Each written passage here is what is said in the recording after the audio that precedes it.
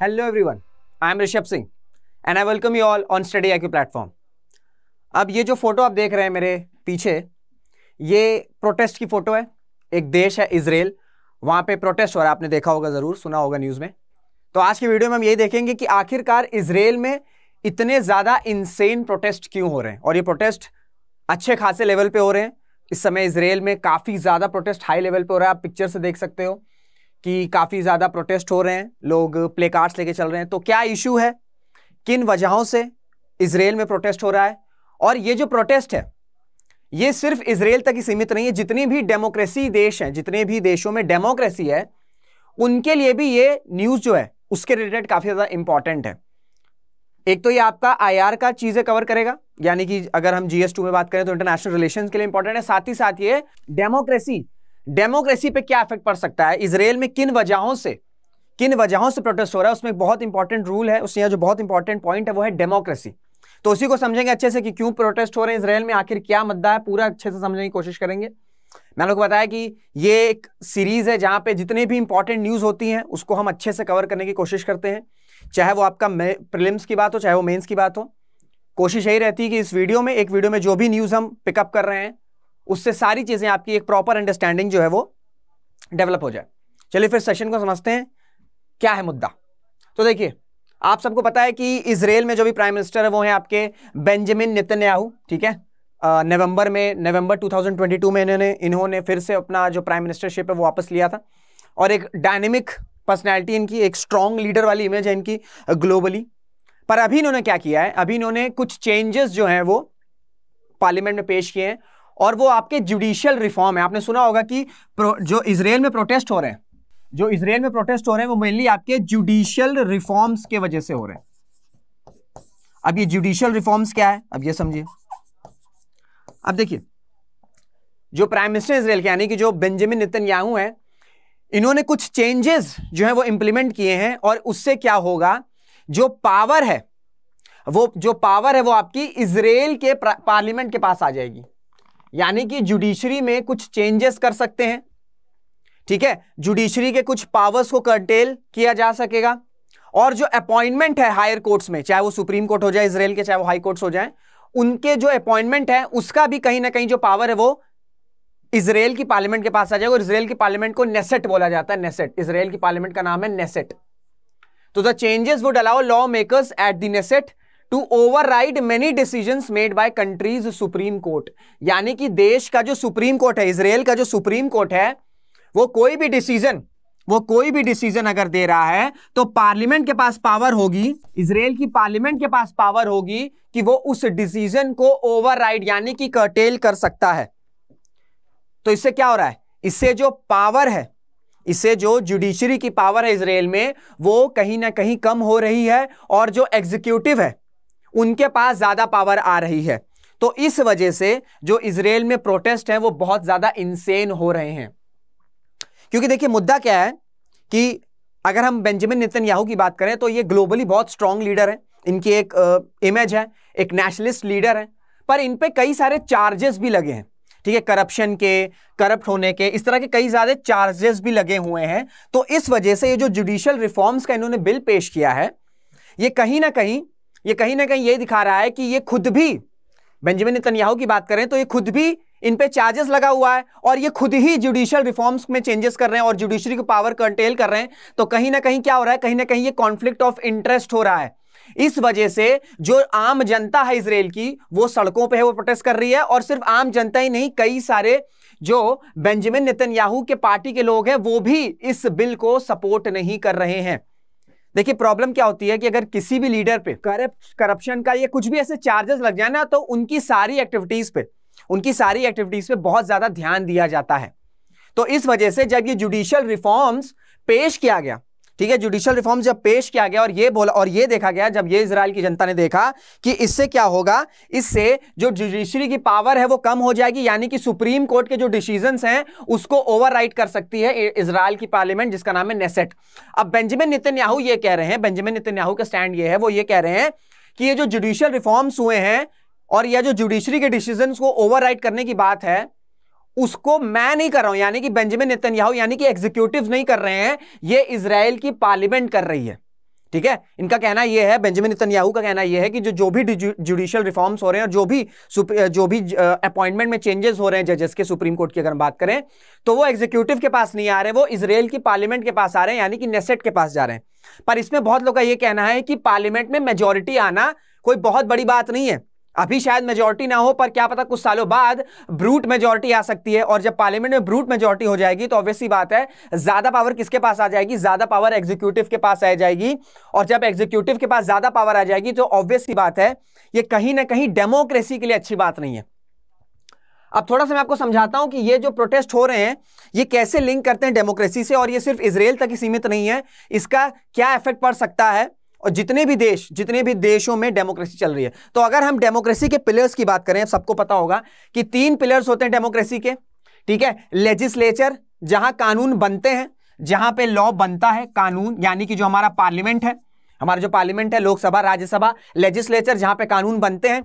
फिर आता है एग्जीक्यूटिव में जितने भी मिनिस्टर्स होते हैं, जो ये जो कानून बन गया है उसको इंप्लीमेंट कौन करेगा, उसको इंप्लीमेंट करेंगे एग्जीक्यूटिव।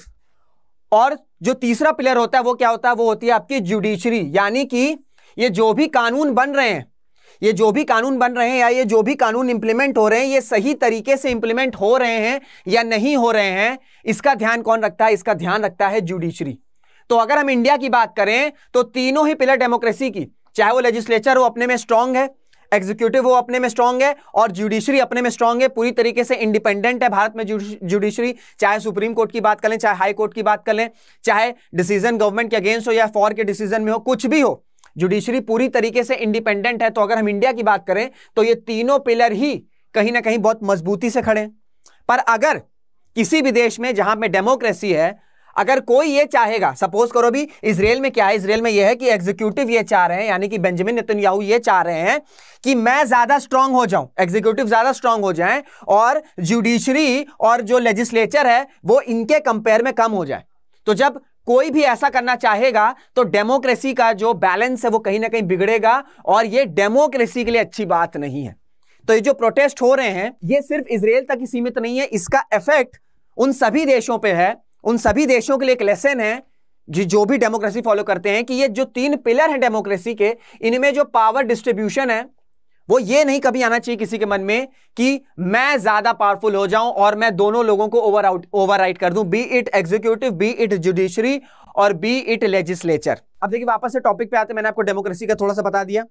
अब देखिए स्टार्टिंग में इजराइल में बहुत ज्यादा प्रोटेस्ट नहीं हो रहे थे, ठीक है। लोग सोच रहे थे कि अच्छा ये जो जुडिशियल रिफॉर्म्स आया हो सकता है ये सही हो, और कुछ लोग कह रहे थे कि शायद ये खराब है, मतलब कंफ्यूजन थी, बहुत ज्यादा इंसेन प्रोटेस्ट नहीं हो रहे थे। पर एक इंसिडेंट होता है ना, कि एक इंसिडेंट ऐसा होता है कि कोई चीज को बहुत ज्यादा चेंज कर देता है। कभी कभी होता है ना कि आपका पढ़ाई में मन नहीं लगता है और आप कुछ ऐसा सुन लेते हो, या आप कुछ ऐसा वीडियो देख लेते हो, या आपको कुछ ऐसा रियलाइज हो जाता है और उस दिन से आपकी दुनिया बदल जाती है। तो ऐसे ही कुछ हुआ इजराइल में। क्या हो कि पहले इतने ज्यादा प्रोटेस्ट नहीं हो रहे थे, पर एक इवेंट हुआ। एक इवेंट में क्या हुआ कि जो इजराइल के डिफेंस मिनिस्टर थे, ठीक है, जो इजराइल के डिफेंस मिनिस्टर जिनका नाम है योआव गैलेंट, ठीक है, योआव गैलेंट, इन्होंने क्या कहा, इन्होंने ये कहा कि ये जो जुडिशियल रिफॉर्म्स के बिल आए, ये जो जुडिशियल रिफॉर्म्स के बिल पेश हुए हैं ये सही नहीं है और इन्हें डिले करना चाहिए और इस पर डिस्कशन होना चाहिए। तो जब ये बात इजराइल के डिफेंस मिनिस्टर ने कही तो बेंजामिन नेतन्याहू ने क्या किया, बेंजामिन नेतन्याहू ने इन्हें सैक कर दिया, यानी कि इन्हें सस्पेंड कर दिया, इन्हें फायर कर दिया। और जब ये इंसिडेंट हुआ तो उसके बाद पब्लिक को समझ में आया कि अब जो है बेंजामिन नेतन्याहू के ऊपर जो पावर है वो कहीं ना कहीं ज्यादा होती चली जा रही है, और हो सकता है ये इजराइल की डेमोक्रेसी के लिए अच्छी बात नहीं है। It will not be a good thing for Israel's democracy. तो इस वजह से जितने भी आम जनता है, ठीक है, जितनी भी आम जनता है वो सड़कों पे आ गई और इंसेन प्रोटेस्ट हुए हैं। ऐसे प्रोटेस्ट हुए हैं कि दुनिया भर में जितने भी एम्बेसीज हैं, जितने भी इजराइल की एम्बेसीज हैं वो शट डाउन हो गई हैं। इवन इन इंडिया में भी जो इजराइल की एम्बेसी है वो शट डाउन हो गई। तो इस लेवल पे प्रोटेस्ट हो रहे हैं, इतने इंसेन प्रोटेस्ट हो रहे हैं। तो ट्रिगरिंग मोमेंट ये एक था कि जुडिशियल रिफॉर्म्स के बिल पेश किए गए। उसमें क्या था, उसमें यह था कि सुप्रीम कोर्ट की पावर को ओवरराइड कर सकता है पार्लियामेंट यानी कि इजराइल की पार्लियामेंट। उस इजराइल की पार्लियामेंट का नाम है नेसेट। स्टार्टिंग में बहुत ज्यादा प्रोटेस्ट नहीं हो रहे थे, पर एक ट्रिगरिंग मूवमेंट हुआ। ट्रिगरिंग मूवमेंट ये हुआ कि जब इजराइल के डिफेंस मिनिस्टर ने क्रिटिसाइज किया कि ये बिल जो है वो कहीं ना कहीं सही नहीं है, तो बेंजामिन नेतन्याहू ने ये कह के निकाल दिया या पोस्ट से हटा दिया कि आप डिफेंस में हैं, आपका नहीं ये फोटे है, आप ये नहीं कह सकते हैं। इस बेसिस पे इनको फायर कर दिया और सैक कर दिया। तो जब ये इवेंट हुआ उसके बाद से बहुत ज्यादा इंसेन मूवमेंट जो है, इंसेन प्रोटेस्ट जो है वो कहीं ना कहीं पूरी तरीके से स्टार्ट हो गया। और ये प्रोटेस्ट इतना भयानक था, इतना इंसेन था कि एट लास्ट जो बेंजामिन नेतन्याहू हैं उन्होंने इस जुडिशियल रिफॉर्म्स को पोज कर दिया, क्योंकि इनको समझ में आ गया था कि जो प्रोटेस्ट हो रहे हैं वो बहुत ज्यादा इंसेन हो रहे हैं। वो कहते हैं ना कि public is the ultimate epitome, मतलब पब्लिक से, जनता से ऊपर कोई नहीं है डेमोक्रेसी में। वही ये चीज इंप्लीमेंट हुई कि इजराइल के जो प्राइम मिनिस्टर है नेतन्याहू, इन्होंने अपने जो जुडिशियल रिफॉर्म्स हैं उसको कहीं ना कहीं पॉज किया। और उसके बाद से इन्होंने बोला है कि जो सेकंड और थर्ड रीडिंग है बिल की, वो कहीं ना कहीं अब पॉज की जाएगी और इस पे बाद में विचार विमर्श किया जाएगा। तो मुद्दा ये था कि प्रोटेस्ट क्यों हो रहे थे? प्रोटेस्ट इस वजह से हो रहे थे क्योंकि जुडिशियल रिफॉर्म्स पेश किए गए। उसमें क्या था कि सुप्रीम कोर्ट की पावर को कर्टेल की जाएगी।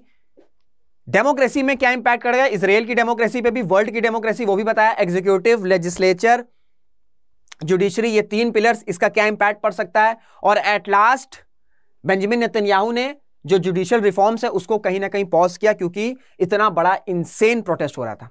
तो ये था पूरी स्टोरी इजराइल की। इसमें आपका इंटरनेशनल रिलेशंस तो कवर हो ही रहा है, इंटरनेशनल रिलेशंस कवर हो ही रहा है, साथ ही साथ आपका जो डेमोक्रेसी पे क्या इफेक्ट पड़ सकता है उसको भी मैंने बहुत अच्छे से समझाने की कोशिश करी। तो भी अगर आपको कोई डाउट रहेगा आप मुझसे क्लियरली पूछ सकते हैं, कमेंट में आप अपने डाउट्स पिन डाउन कर सकते हैं। और अगर आपको अगर स्टडी आईक्यू में कोई भी कोर्स में एनरोल होना है, यूपीएससी स्टेट कॉम्बो, किसी भी आप स्टेट की तैयारी कर रहे हैं, आपको कुछ नहीं करना, आपको सिर्फ मेरा कोड पिन डाउन कर देना है, दैट इज RS Live। और जैसे ही आप ये कोड इंप्लाई करोगे आपको डिस्काउंटेड प्राइस में ये बैच, जो कॉम्बो बैच है, वो मिल जाएगा। क्योंकि 2024 की प्रिपरेशन आप जितनी जल्दी स्टार्ट कर दोगे उतना ज्यादा अच्छी है। ये छोटी सी इंफॉर्मेशन आपको देनी थी। जो भी डाउट रहेगा आप कमेंट में पिन डाउन कर सकते हैं, मैं आपके कमेंट जरूर मॉनिटर करता हूं। तो मुलाकात करेंगे आपसे अगले वीडियो में, तब तक अपना ध्यान रखिएगा, मेहनत करते रहिएगा, खुश रहेगा। जय हिंद, जय भारत।